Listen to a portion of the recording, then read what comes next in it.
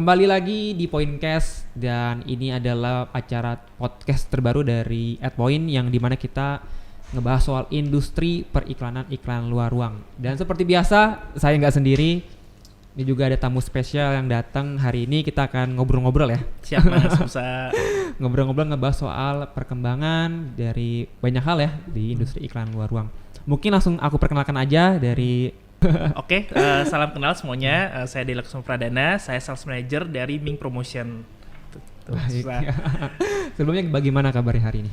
Baik Mas Musa, cuman cuaca cukup hujan, jadi lumayan agak-agak gloomy Mas. Jadi padahal kan tadi panas banget ya, jadi udah hujan aja ya. Jadi kita ngebahas apa dulu nih Mas? Bebas Mas, apa aja Mas? Baik ya. Oke, mungkin ngebahas sedikit dari pribadinya Mas Dela juga. Di Ming udah berapa tahun nih kalau boleh tahu ya? Aku di Ming tuh hampir 1 tahun Mas. 1 tahun ya. Jadi di Ming itu aku join itu sekitar awal tahun kemarin. Jadi join ke Ming dan sebelumnya tuh aku di OHA juga, itu di Jari Senke. Jadi dari pemain MRT pindah ke pemain billboard dan videotron dan mobil LED. Jadi sama-sama OHA tapi produknya sedikit berbeda. Terus sebelumnya lagi itu aku sempat di TV, terus kemudian aku sempat juga di majalah dan radio, cuman sedikit lama gak di radio sih Mas. Jadi semuanya media konvensional. Ya. Kayak gitu Mas. Baik. Mungkin aku tanyakan nih soal perbandingannya kali ya. Boleh. Kira-kira dari radio, TV, tadi kan majalah juga, dan sekarang ke media terbaru kan LED.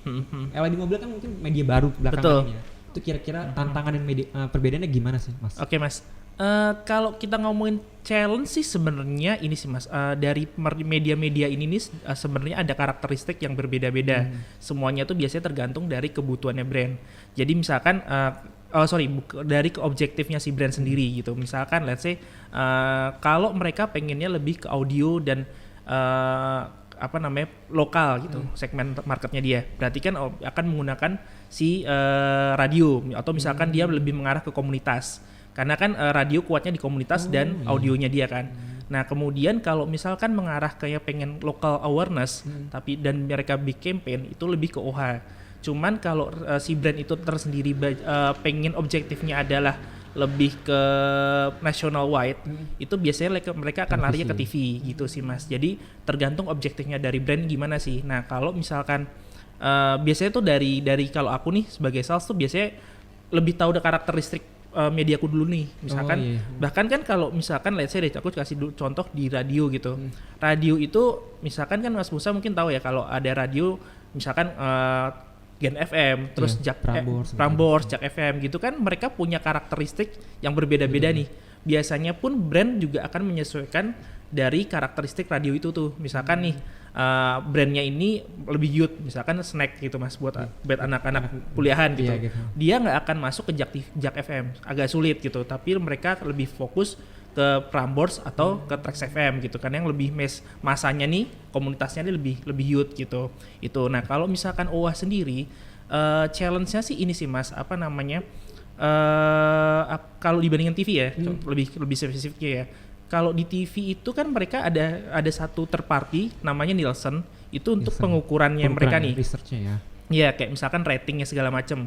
Nah, kalau OHA kita tuh masih banyak apalagi ke yang billboard tradisional ya. Betul. Kita tuh nggak ada satu metrik pengukuran yang baku nih dan sangat detail gitu, tuh belum ada nih. Makanya kalau misalkan, dan sekarang kan brand tuh sekarang udah lumayan picky ya. Apalagi kalau udah yang ngomongin KPI gitu. Mereka invest berapa, berapa orang yang mereka dapat gitu. ROI-nya gimana? Ya, ROI gimana gitu kan. Nah, itu tuh kita tuh kendalanya itu sih Mas. Jadi waktu kita datang ke brand, terus kita ngebawa media kita nih, OHA gitu. Itu tuh kadang-kadang pasti akan ditanya, ROI gue gimana nih once gue invest di lo gitu. Kayak gitu sih Mas. Jadi kalau misalkan di TV kita ada satu perhitungan yang baku yang lewat Nielsen. Nah kalau kita itu tuh OHA itu khususnya di Indonesia ya, itu masih banyak menggunakan data di sub ya. Dimana data di sub ini sih yang menurutku ya, ini opiniku sih, itu nggak update, nggak terupdate. dan satu belum nggak ada pengukuran yang pasti. Kita nggak tahu nih di sub cara ngukur mobilnya gimana, cara pengukur mobil yang motornya gimana gitu. Nah dari situ sih sebenarnya kita dari beberapa vendor OH itu udah mulai ngakalin sih Mas, menjawab challenge untuk masalah pengukuran. Biasanya, bukan biasanya sih, kita tuh sekarang udah pasang CCTV ya? di media-medianya kita nih. Nah CCTV-nya ini gunanya buat apa? Itu akan meng-capture semua traffic yang lewat di media kita.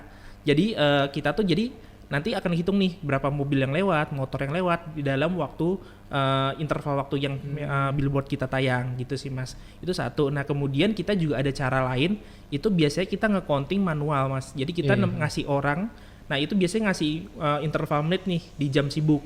Misalkan di setiap jam 2 menit tuh berapa motor yang lewat, mobil yang lewat. Nah dari interval waktu itu biasanya akan dihitung berapa motor dan mobil yang lewat. Terus ada juga sekarang tuh ada cara, tapi aku nggak tahu ya itu udah diterapin atau belum. Sebenarnya ada teknologi baru sih Mas, itu jadi pakai sejenis beacon gitu loh. Beacon itu kalau mungkin Mas Musa tahu, itu nanti dia akan kerjasama dengan provider. Nah si provider ini akan kayak semacam alat kali ya. Jadi nge-tap in di medianya si OH ini, terus nanti misalkan kan ada orang yang sekitaran lewat gitu situ kan. Nah, jadi orang nih si beacon ini akan meng-capture, misalkan katakanlah si providernya Telkomsel akan meng-capture semua traffic yang dari pengguna Telkomsel nih Mas. Itu nanti akan ke-capture. Jadi dia tahu nih gendernya gimana, terus SIS-nya gimana gitu. Nah, dari data itu kan data yang sebenarnya nggak bisa di-capture sama konvensional OH kan Mas. Nah, itu akan di-capture sama dia. Cuman itu kayaknya masih on the develop sih. Belum banyak media yang udah menggunakan itu. Cuman arahnya akan ke sana.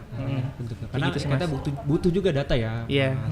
Beda seperti mungkin kita misalnya ngebahas soal iklan digital kan ada yang Boleh. namanya metric, insight-nya, impression-nya, jumlah klik gitu ya. Iya.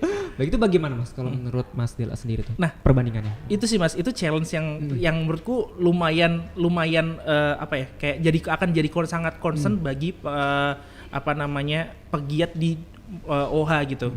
Kenapa? Karena yang balik lagi gue bilang tadi, OH nggak punya satu pengukuran yang jelas. Tapi once kita kalau digital, sedangkan brand spending digital itu pasti mereka udah tahu nih pay per klik gue berapa, impression gue berapa gitu. Atau misalkan orang misalkan dia cuma ada, bahkan sampai misalkan aku punya budget $5 gitu.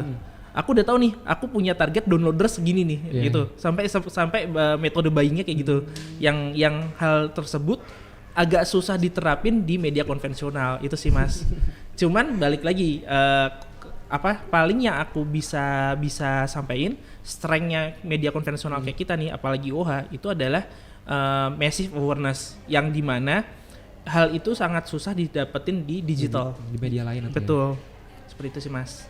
Baik, jadi mungkin objektifnya mungkin dari brand kan pasti beda-beda ya. Jadi kalau yang aku tangkap tadi kalau soal awareness memang lebih unggul di media konvensional atau OH ya.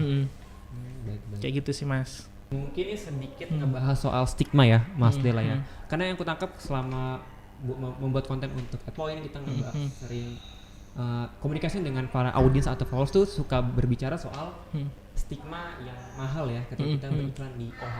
Tanggapannya itu gimana Mas Dela? Oke Mas, jujur stigma itu ada banget karena berapa kali aku ke brand itu pasti di ini, gue nggak akan iklan di OH, budget gue nggak ada, gitu. Budgetku cuma main di digital. Itu sih Mas, itu sebenarnya kita bisa sampaikan kalau sebenarnya OH itu kita sekarang udah sangat fleksibel sih Mas. Fleksibelnya kayak gimana? Jadi misalkan nih kita bisa buying, kalau dulu kan OH harus beli langsung 1 tahun gitu, atau misalkan dalam jangka waktu yang agak lama gitu. Nah sekarang OH itu kita udah bisa beli itu baik per hari maupun per minggu. Jadi kita akan konversi ke harga harian. Jadi kalau ada brand misalkan let's say mau Mas Musa ulang tahun gitu. Misalnya. Mas Musa tuh bisa celebrate ulang tahunnya dan kontennya itu ditayangin di OH. Cukup dalam satu hari. Itu bisa banget. Makanya once ada brand yang bilang OH mahal, itu tergantung sih tergantung perspektifnya sih, itu mau dari mana, itu satu. Nah kedua, kita juga sebenarnya kita akan bisa hitungin cost per view. View. Jadi apa namanya? Misalkan nih kita akan ngitungin sih Mas. Misalkan dengan budget dia campaign di kita misalkan katakan let's say 100 juta. Nah, itu kan kita akan generate data kan. Kira-kira yang berapa impression sih yang ngelihat si iklan ini. Nah, itu kan akan kita bagi nih dari harga terus dibagi total impression. Nanti kan ketahuan kan sebenarnya cost per view-nya berapa. Sebenarnya dari angka itu nanti akan bisa compete nih ke digital. Misalkan di digital untuk dapetin satu orang yang lihat itu dibutuhkan $1 misalkan. Kalau ternyata waktu di OHA untuk dapat satu orang yang lihat itu cuma dapat $0,5, berarti kan lebih murah kan. Data itu sih yang bisa kita compete ke digital maupun kita suggest ke brand kayak gitu sih Mas. Baik. Jadi memang harus diperhitungkan kembali juga ya. Iya, betul Mas. Mempunyai karakteristik yang berbeda-beda sih ya. Beda, betul. Untuk kan ini sih Mas, kalaupun mahal pun sebenarnya ya kalau kita ngomongin media konvensional ya Mas, spot per satu spot aja sebenarnya itu tuh OHA itu nggak lebih mahal daripada radio. Nggak lebih mahal daripada radio. Betul. Ya. Jadi kita mungkin ya kalau mungkin Mas Musa bisa ngelihat rate card-nya teman-teman radio. Satu per spotnya itu mau lebih mahal dibandingin satu spotnya di orang placement di OHA sebenarnya, atau misalkan apalagi dibandingin sama TV. Kalau kita ngebahas soal harga nih ya. Iya, ini tentang harga dulu nih. Kalau di TV apalagi TV nasional yang TV besar itu tuh udah harganya udah nggak bisa di-compete lagi gitu Mas. Jadi sebenarnya harga mahal di OHA itu tergantung perspektifnya kita sih. Nah, biasanya kalau misalkan brand yang segmennya lokal nih, kalau aku nggak saja sih Mas, misalkan dia punya lokal market, misalkan cuman targetnya dia di daerah BSD dan sekitarnya gitu, terus punya budget katakanlah 100 juta, kalau aku sih mending daripada dia ke radio atau ke TV yang dengan budget yang nggak 100 juta nggak dapat apa-apa, mending langsung cari billboard di titik tersebut dan itu pasti akan dapat. Jadi lebih secara budget lebih efisien, terus mass awareness dapat. Kayak gitu sih Mas. Contoh mungkin kayak iklan rumah gitu ya. Iklan rumah daerah BSD. Ya. Apa tidak coba di OHA aja daerah BSD? Betul. Makanya biasanya tuh kalau misalkan ada kliennya perumahan, katakanlah kan kalau Mas Musa sering lewat tol dalam kota sampai ke arah Tangerang, itu kan banyak billboard perumahan. Ya. Nah, menurutku instead of mereka ngiklan di radio atau di TV yang menurutku audiensnya terlalu wide kan. Jadi nggak efektif nih. Betul. Jadi nge-waste budgetnya mereka, mending ya langsung ke OHA gitu. Jadi yang tadi Mas Musa bilang stigma itu bener adanya, cuman sebenarnya itu tergantung perspektifnya kita sih Mas. Gitu. Baik. Nah, ini aku ingin ngebahas soal tadi kan banyak banget media, apalagi Mas Dela sendiri kan sudah cukup berpengalaman di radio, TV digital maupun di media konvensional OHA ini. Kalau soal integrasi nih Mas, pendapat Mas Dela tuh gimana sih ke depannya? Apa kita memang baiknya tuh kalau beriklan tuh ya ada digital juga, ada di billboard juga, ada di radio juga, itu bagaimana kira-kira Mas? Oke Mas, sebenarnya integrasi itu penting banget sih Mas, penting banget karena gini Mas, karena kan balik lagi media itu kan punya karakteristik masing-masing dan sebagai media tools tuh punya kegunaan yang berbeda nih objektifnya gitu kan. Nah, sebenarnya adalah menurutku campaign yang baik itu adalah campaign yang bisa menggunakan media tools yang sesuai dengan objektif dari campaign tersebut gitu. Nah, misalkan nih Mas, aku kasih case study itu, misalkan aku punya aplikasi Bitcoin deh gitu. Nah, di situ produkku ini baru dan aku baru mau launching produk, di mana aku butuh awareness dan aku butuh orang yang ngedownload aplikasiku. Nah, media yang baik akan kugunakan adalah kan aku nggak cuman harus cuman campaign di OHA aja atau di radio aja gitu, karena ada dua objektif nih gitu. Nah, aku untuk build awareness-nya dan aku ngincer di segmen lokal dulu kan, aku akan ngincer OHA dulu.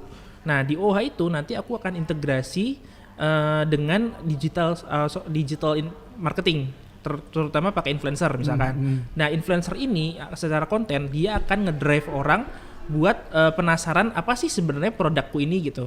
Nah, once udah penasaran, nanti aku akan pakai iklan di sosial media untuk call to actionnya. Call to actionnya ngapain? Download aplikasiku. Makanya kan itu ada sebuah cerita campaign kan, ada story-nya nih. Nah, aku pun integrasinya harus ada story-nya. Nah, jadi kalau menurutku kadang-kadang kan ada teman-teman yang, waduh sekarang larinya budgetnya ke digital semua, atau larinya konvensional udah nggak kebagian kuenya nih gitu. Nah itu sebenarnya pinter-pinternya kita untuk mengconvince klien dan mensuggest klien kalau sebenarnya kita nih part of integrasi campaign-nya mereka sih sebenarnya, karena balik lagi Mas, nggak semua kan ada plus minusnya ya, digital plus minusnya apa, OH ada plus minusnya apa. Nah kita tuh nge-combine itu semua untuk jadi satu keselarasan sih gitu. Baik. Karena ada lagi sih Mas, kayak yang kemarin aja tuh ada beberapa brand yang misalkan nih dia pakai billboard tuh untuk ngedrive awareness, orang akan penasaran apa sih ini billboard gitu. Orang dan itu didukung juga dengan influencer. Jadi orang waktu itu akhirnya si konten ini itu viral di TikTok, viral di IG itu karena ada salah satu cowok itu ngaku-ngaku jadi pacarnya si Amanda Manopo, jadi mantannya. Terus dia rela keluar duit buat pasang di billboard. Jadi orang penasaran kan. Nah, once udah awareness-nya dapat nih, orang pada penasaran sama si orang ini, dia akhirnya ngasih klarifikasi di sosial medianya dia. Nah, klarifikasi itu dia call to action si campaign ini, dia live bareng sama si Amanda Manopo. Akhirnya si Amanda bilang, lo kalau mau jadi mantan gue syaratnya cuma satu, lo kalau mau balikan sama gue atau mau jadi pacar gue syaratnya cuma satu, lo pakai provider ini gitu. Jadi di situ tuh ada cerita nih, ada story. Nah dan itu kan berarti ada integrasi kan, ada billboard, ada digital gitu. Bahkan ada waktu itu sempat ada radio juga gitu. Juga ya. Jadi kayak apa ya, ada nggak cuman sepihak aja gitu sih Mas. Baik. Jadi karena memang sih namanya media kan ada plus minusnya ya. Karena aku sering nemuin sih orang tuh suka ngebanding-banding soal OHA dan digital, mendingan di digital bisa kita ukur gitu misalnya. Cuma kan ya contoh kalau digital kan ada minusnya, iklannya kita skip. Nah, kalau OHA kan terkenal iklannya nggak bisa di skip ya. Terkadang pun kalau materi yang menarik tuh kayak di visual pandangan kita kan di ponder kan jadi bagus gitu ya. Pendapat Mas gimana soal itu Mas? Setuju banget dengan Mas Musa sih, karena balik lagi kelebihan dari OHA adalah itu nggak bisa di skip dan kita akhirnya kan terpaksa untuk melihat iklan tersebut. Makanya cocok banget buat gain awareness dari situ kan. Nah kalau digital itu kan orang kan sekarang bisa nge-skip iklan tersebut kan, misalkan kayak IG Stories iklannya. Kita kalau nggak suka ya kita bisa swipe gitu kan, atau misalkan di YouTube itu bisa langsung diklik gitu kan. Nah makanya kan dari situ adalah kita gimana kita pintar-pintar yang ngekombinasiin sih Mas. Dan kita kan pun kalau saya sebagai pelaku OHA itu adalah satu strength-nya kita buat convince ke klien. Mau gimana pun orang yang lewat tiap hari, misalkan nih aku pasang di daerah pintu masuk tol Alam Sutra katakanlah. Mau gimana pun orang yang tiap pagi mau berangkat kerjanya di Jakarta, dia akan melihat si iklan tersebut dan berulang-ulang. Nah dari situ kan dia akan secara ini kan dia akan ke ibaratnya ke brainwash lah. Akhirnya si message dari brand ini akan lama-lama akan tertanam terus sih. Itu jadi kayak itu sih salah satu strength-nya kita sih. Itu yang bahan itu yang akan ku buat convince buat ke klien-klienku sih Mas. Karena kita kalau setiap hari ngeliat iklan itu jadi kan ditanam juga di benak kita. Jadi contoh misalnya mau beli barang apa, ternyata melihat dengan iklan yang kita baru lihat, kan pasti kan ngarahnya ke iklan itu. Betul. Itu aku contohnya tuh ini Mas, aku ada sedikit cerita dikit sih. Itu aku berapa kali kan aku rumah di Bintaro, terus kantor di Ancol kan. Aku tiap hari lewat tol tuh. Nah sepanjang tol itu aku selalu ngeliat billboardnya Hyundai Creta. Kan dia ngeluarin produk baru namanya Hyundai Creta kan. Nah dari situ tuh aku penasaran apa sih ini Hyundai Creta. Nah sampai ujung-ujungnya itu pas kemarin Gias itu dia ngekonversi dari awareness-nya dia itu lewat sosial media kan. Lewat sosial media kalau ada satu artikel nih loh Hyundai ngeluarin produk baru namanya Hyundai Creta. Aku baca dong, dibaca terus dia di artikel ini dia launching pertama kali di Gias. Mau akhirnya hari Sabtunya itu kan baca hari Jumat kan. Hari Sabtunya karena aku ke di otakku nih Hyundai Creta terus terakhir baca artikel gitu kan. Bener, ya. Itu akhirnya aku ke Gias Mas, dan aku ke Gias tuh cuman pengen lihat penasaran apa sih Hyundai Creta gitu kan. Dan aku ngeliat langsung mobilnya gitu. Walaupun aku nggak langsung beli juga, tapi kan aku secara nggak langsung dibikin terinterest kan karena yang tiap hari aku lewat situ jadi ngebangun satu persepsi yang ini loh ada mobil baru nih kayak gitu sih Mas. Jadi dapat gitu benang merahnya gitu ya. Betul, Seperti betul. itu ya. Jadi menarik sekali emang untuk iklan OHA karena ya setiap media memiliki perbedaan masing-masing, karakteristik masing-masing dan kalau aku tangkap dari Mas Del tadi kita yang terpenting tuh untuk OHA adalah target dan ini ya objektifnya apa seperti Betul, itu. Kalau betul. untuk di perbandingan seperti itu. Tapi kalau untuk tanggapan Mas Dela nih, ini ingin nanya soal perbandingan mungkin ya. Perbandingan media di Indonesia dengan di luar negeri khususnya OHA itu gimana sih? Oke Mas, sebenarnya Mas untuk pasar OHA di Indonesia sendiri, terutama mungkin arahnya lebih ke Videotron kali ya Mas. Videotron di Indonesia itu satu sebenarnya gini, kita sempet tumbuh tuh di tahun 2019-an lah.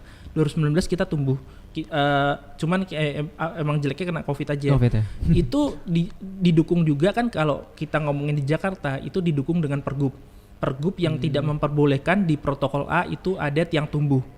Jadi mau nggak mau pemain billboard mengalihkan tiang tumbuh billboardnya dan memindahkan media yang LED yang nempel di gedung. Itu akhirnya ada satu ngebangun pasar baru nih yang tadinya billboard tuh cuman sebagai kalau brand tuh ngeliatnya kayak media tersier kan, jadi cuma alternatif aja nih. Dia cuman main di billboard yang tumbuh. Nah di Indonesia ada satu alternatif baru itu Videotron dan animonya cukup bagus sih Mas. Jadi ada banyak brand yang kayak misalkan e-commerce atau ride hailing itu udah mulai placement di Videotron ini gitu. Apalagi titik-titiknya ini nih cukup eye-catching kan Mas. Misalkan ada yang di Chase Plaza, ada yang Plaza Central, ada yang di IX gitu dan itu nggak ukurannya cukup gede dan kontennya pun atraktif. Nah, cuman kalau kita ngomongin dengan yang antara Indonesia dengan di luar negeri, menurutku tuh Indonesia masih ngelihat kalau dari segi advertiser ya, itu masih ngelihatnya tuh OHA tuh belum jadi satu kepentingan gitu Mas. Makanya ada banyak beberapa agensi nih itu masih belum punya orang yang megang OHA sendiri nih. Jadi kalau aku datang nih ke agensi A ini, dia masih bilang, "Oh, kalau OHA lo mending direct aja deh. Kita OHA kita nggak pernah propose gitu." Jadi fokusnya tuh masih ke TV. Jadi masih ke TV, terus masih berapa kali masih radio gitu. Nah kita tuh kadang-kadang kayak kita harus convince orang sih kenapa harus ke OHA khususnya Videotron. Itu satu. Terus kedua, kita tuh belum seatraktif untuk di luar negeri gitu. Misalkan mungkin Mas Musa tahu kalau di Sideko kan itu multinasional cukup kalau ngeliat di YouTube aja kan atraktif banget kan Mas. Jadi kita belum arahnya brand dari segi brand pun belum kepikiran buat bikin konten atraktif mereka. Jadi kita tuh cuman kita Videotron nayangin TVC udah gitu aja sih Mas. Padahal kalau diulik ya Mas itu kan bisa lebih menarik lah, lebih interaktif juga. Kayak di situ kan kayak misalnya ada informasi apa, kita misalnya lagi bosen contoh nunggu di terminal atau misalnya di bandara kan jadi ada konten-konten yang seru gitu kan, jadi kan membuang kebosanan juga sih seperti itu ya. Kayak digital sign di pinggir jalan gitu kan. Betul. Gitu. Cuman ini sih Mas, kalau aku ngelihat yang abis lebaran ini ya di Q3 Q4 kita tuh udah ini sih Mas, udah lumayan better lah. Kenapa aku bisa bilang lumayan better? Udah banyak kita mainin konten 3D. Karena kan sebelumnya kalau kita lihat kan kita ya masih mindahin itu aja kan TVC aja nih gitu. Tapi sekarang nih udah ada nih konten-konten 3D dan udah mulai banyak brand yang udah nanyain gimana sih Kak kalau duit gue kalau costnya berapa sih bikin 3D kayak gitu nih. Nah hal ini nih yang sebenarnya bisa ada opportunity baru lah dan aku ngelihat 3D ini bikin animo dari brand ke Videotron tuh makin gede sih Mas. Kayak gitu sih. Karena ini balik ke integrasi tadi soal yang sosial media, iklan digital dan OHA. Karena iklan seperti itu ntar ujung-ujungnya kan tarik ke OHA, ke sosmed juga. Jadi kayak yang belum lama kan yang tadi aku bilang juga soal yang di Netflix ya, yang di Quockas itu. Itu kan konten interaktif gitu kan. Itu viral juga di Twitter gitu. Yang Hellbound. Gitu sih Mas palingnya. Soal ya integrasi itu dan iklan-iklan perkembangan seperti itu. Mungkin itu aja. Siap Mas Dela nih. Makasih banyak banget sudah datang di Pointcast ini juga sudah. Sama-sama. Mungkin next time bisa datang lagi Mas Dela. Boleh. Atau mungkin kita collab dari @point dan Ming ya. Betul, setuju Mas. Karena aku ngeliatnya gini sih Mas. Karena podcast ini kan sesuatu yang lagi hit satu. Kedua marketnya ada gitu. Mungkin harapanku sendiri sih kalau dari segi salesnya Ming, mungkin kita dan Adpoint bisa kolaborasi bareng. Mudah-mudahan dari sini itu kita jadi growth bigger, terus dari situ kita pun juga ada nanti harapannya layarnya ini nanti nggak iklan Ming lagi tapi iklannya brand kayak gitu sih Mas. Kita jadi ada kita yang tadinya iklannya iklan Ming nih, nanti ada iklan brand masuk ke sini gitu sih Mas. Karena kita membangun ekosistem juga tadi di betul, awal ya. Betul. Baik, ini sangat bermanfaat sekali pembicaraan yang sangat daging. Daging kalau orang bilang seperti itu. Terima kasih banyak untuk Mas Dela. Sama-sama. Jumpa kembali ya. Mungkin ini saja yang bisa kita sampaikan. Sampai berjumpa kembali di podcast episode selanjutnya. Terima kasih banyak. Your advertising experience.